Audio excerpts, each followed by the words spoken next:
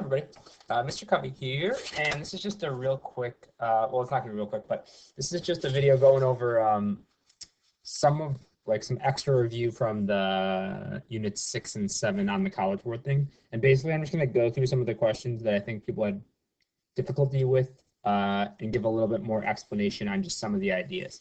This is definitely one of those videos where you can skip around. So here's what I'm gonna go through. I'm gonna go through Riemann sums. I'm gonna go through how to actually calculate Riemann sums, and then how you view them in sigma notation.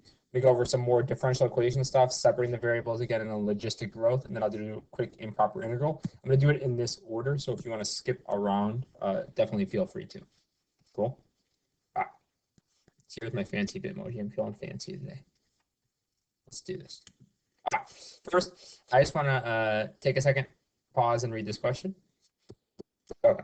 So it's asking you to do a Riemann sum. In other words, don't forget Riemann sum just means like right-hand, left-hand rectangles. Only in this case, they're telling you to do a midpoint Riemann sum. So they're saying do midpoint rectangles. We're going to estimate this definite integral, 2 subintervals of equal length. Okay, so since we're going from 0 to pi halves, the rectangles are going to be from 0 to pi fourths and pi fourths to pi. But when we're determining what height to use, we're going to use the middle of those intervals. So we're going to use pi eighths and 3 pi eighths as the x values that determine the height of our rectangles. Okay, so with these two rectangles, they're both pi fourths wide. The one has height f of pi eighths, and the other has height f of 3 pi eighths. Okay, add those together. Okay, so I tossed that in my calculator, and I got 0.02299 if I round it.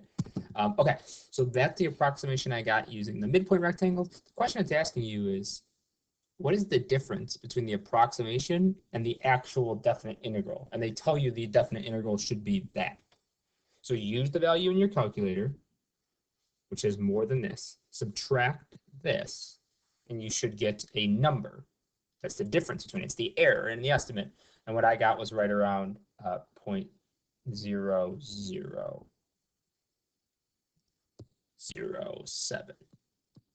Okay, and that's our answer. All right. Cool. All right.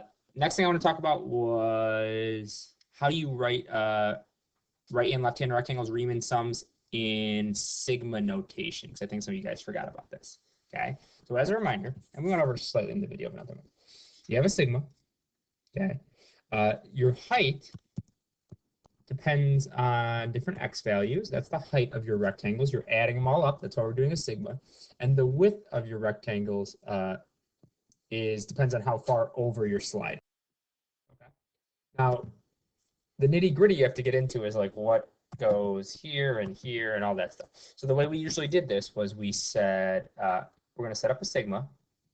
It's going to go to n, and n is the number of rectangles, and we want the number of rectangles to go to infinity. When you're trying to determine what x values to plug in, you start with the left endpoint of the interval. So we're going to plug in x values starting at 1. And then how far are we going to jump each time? Well, we're going to jump the interval length divided by the number of rectangles. And you remember, that's that key thing, that b minus a over n. So in this case, 3 over n. That's the important thing. So that's how far you're going to jump for each rectangle. So n is going to tick up, and you're going to kind of slide over and find the height of a new rectangle. How wide is each rectangle? Remember, this is height, this is width. They're b minus a over n wide, each rectangle. Okay, this b minus a over n is kind of the core thing. All right, and the only thing that changes is how many little hops over we do. So we have to add in a variable here.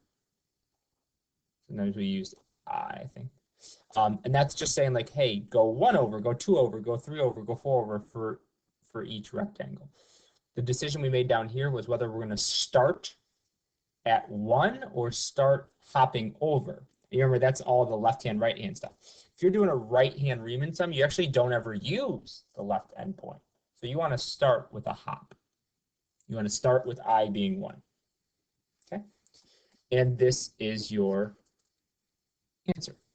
I think if you take this and you tried to match up with the answer choices, the issue you guys ran into is like, what is f of 1 plus 3i over n? Well, f is the function that you're integrating. So the way to rewrite this would be, it's a limit as n goes to infinity, I equals 1 to n, of arctan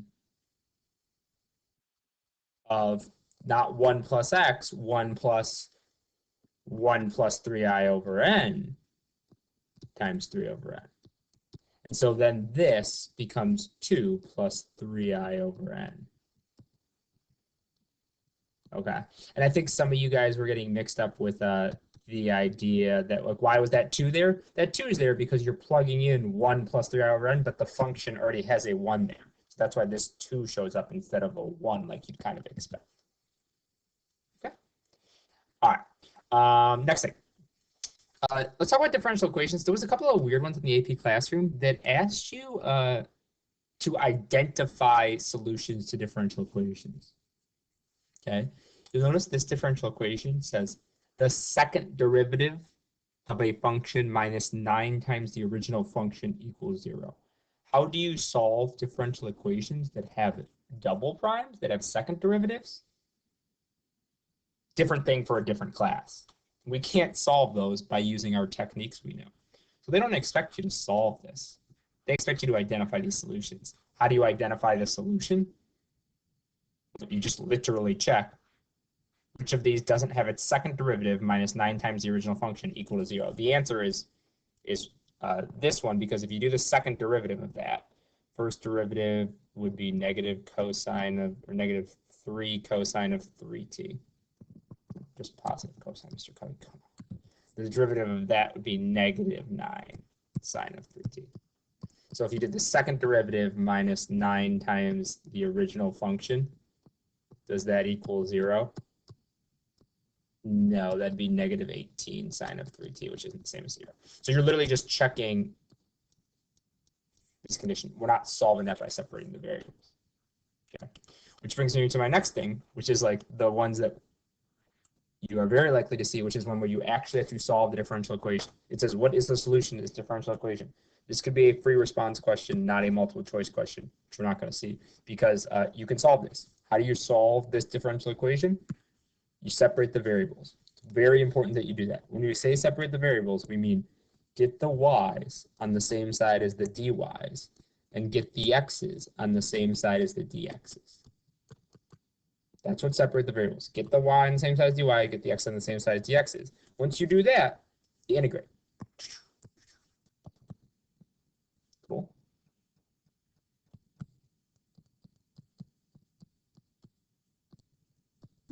You add the plus c right then. Oops, sorry. Stop it. And then usually it'll say give the solution, and a lot of times it'll say like give the solution y equals f of x to this differential equation. What that means is get the y by itself.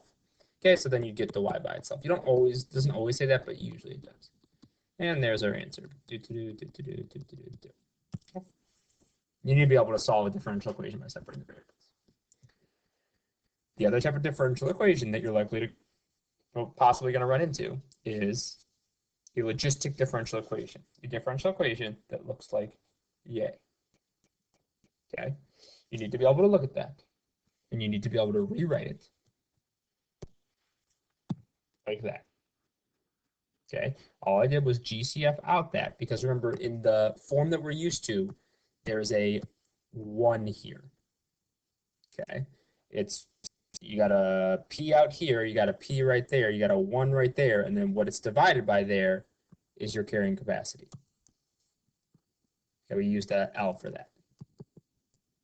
Okay? You need to be able to do that. You also need to be able to write the solution to the differential equation to this differential equation. So I'll do that real quick for you. Okay, so that would be the solution Sorry, I wrote a little sloppy there, my bad. This should be the actual function p of t. That would be the solution to this differential equation. So you take the carrying capacity, this is L over 1 plus BE to the negative KT, kind of just fitting all that stuff in there. Notice that you still have that B there. That's the thing that you use the initial condition to determine. Okay, again, I'm just showing you how this works. I'm not actually looking at this question right now. So if I wanted to figure out what that B is, I'd say, oh, when T is 0, I'm supposed to get out 50. So what B value? Make T 0, I got e to the 0, that's 1. What B value will make this work? 9. Okay, so then my actual solution to the differential equation is that. And you need to be able to do that. Okay. Let's actually answer this question now that we just talked about it a little bit. It says blah, blah, blah, blah, blah, blah, blah. What is the size of the population at the moment when the population is growing most rapidly? Oh, you mean its derivative is maximized. Okay, not when it has a max, when the derivative has a max. Oh, you mean like a point of inflection, right? Because remember, this logistic growth stuff looks like that. They're asking us for that point where it's growing the most rapidly. That is the point of inflection, and you'll remember that's halfway to the carrying capacity. Carrying capacity is 500, halfway there, 250. Cool. All right. And then last thing really quick, I just want to do a improper integral that isn't one of the ones that screams improper integrals. In other words, it doesn't have one of its bounds as infinity. Instead, you need to look at this and say, wait a second. It's undefined at some point between 0 and 2. Specifically at 2, this function is undefined. Okay, that's a problem. You can't integrate a function if it's undefined at one of the endpoints.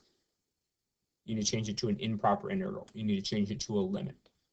Okay, so again, you should recognize that when you plug in 2, you get 0 in the denominator, you have a vertical asymptote. Okay. Visually, we're looking at this. Okay, we're doing the area from 0 to 2, but we have this vertical asymptote at 2. So our area, remember, goes down infinitely far. And we're like, is it actually going to be a finite value or is it going to be infinity? So the first thing you do is you identify that the 2, that bound, is the one that's messing everything up. So you make a limit. And you replace that bound with b, and you do the limit as b goes to 2. The one thing you need to be careful about is how you determine whether it comes from the right or the left. You need to come from inside the interval. So it's from 0 to 2. So if I'm between 0 and 2 and I'm going towards 2, I'm coming from the left. And that's the idea we're getting at here. Once you do that, then this is something that you guys can totally do. Okay, we're going to do the antiderivative. We're going to plug in b, subtract what we get when we plug in 0, keeping that limit there. And we're just going to evaluate this limit. How are we going to evaluate this limit? Direct substitution.